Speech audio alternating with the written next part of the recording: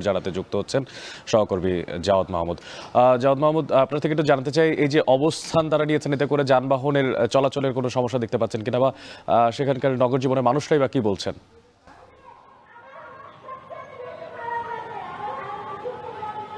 অনেক যারা আজকে অবস্থান নিয়েছেন, এই শাহবাগ মোড় অবরোধ করেছেন, তারা মূলত জুলাই বিপ্লবে যারা শহীদ হয়েছেন সেই শহীদ পরিবারের সদস্যরা।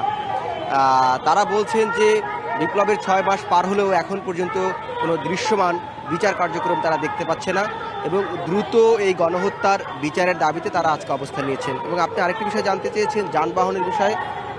আমরা দেখেছি যে প্রায় এখান 30 মিনিট আগে আর কি তারা এখানে অবস্থান নিয়েছে এবং তখন থেকেই মূলত এই যে শাহবাগে যে মোড়টি রয়েছে, এটি তো 4টি রাস্তার মোড়, চারদিক থেকেই যানবাহন মূলত চলাচল বন্ধ আছে, আধা ঘন্টার বেশি সময় হবে। এবং আরেকটি বিষয় যে আমরা দেখছি যে এখান থেকে যানবাহন বন্ধ থাকলে যেগুলো জরুরি পরিষেবা অর্থাৎ অ্যাম্বুলেন্স বা গণমাধ্যম কর্মীদের বাহন, এছাড়া যেগুলো রাষ্ট্রীয় বাহন রয়েছে সেগুলো তারা ছেড়ে দিচ্ছেন। এছাড়া যদি বলি যে পাবলিক পরিবহন যেগুলো, সেগুলো মূলত আসলে বন্ধ আছে।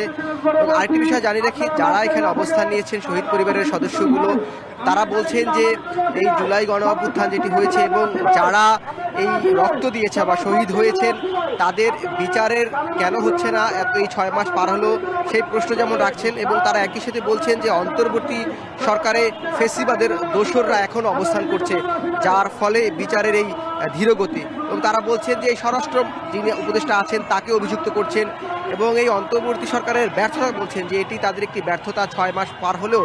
এবং তারা বলছেন যে সকল ধরনের যে হত্যাকাণ্ড ঘটিয়েছে সকল ধরনের প্রমাণ আছে, তারপরও কেন বিচারের ধীরগতি বা বিচার হচ্ছে না সেটি নিয়ে তারা ক্ষোভ প্রকাশ করছেন এবং বলছেন তাদের বিচার না হওয়া পর্যন্ত এখানে তারা অবস্থান করবেন।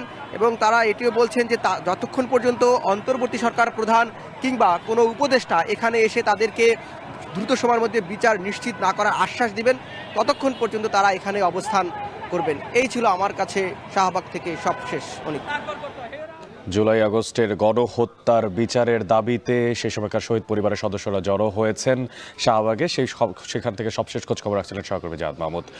এখন ঢাকায় সময় হয়েছে একটা ছোট্ট বিরতির, ফিরছি একটু বাদেই, সাথে থাকুন।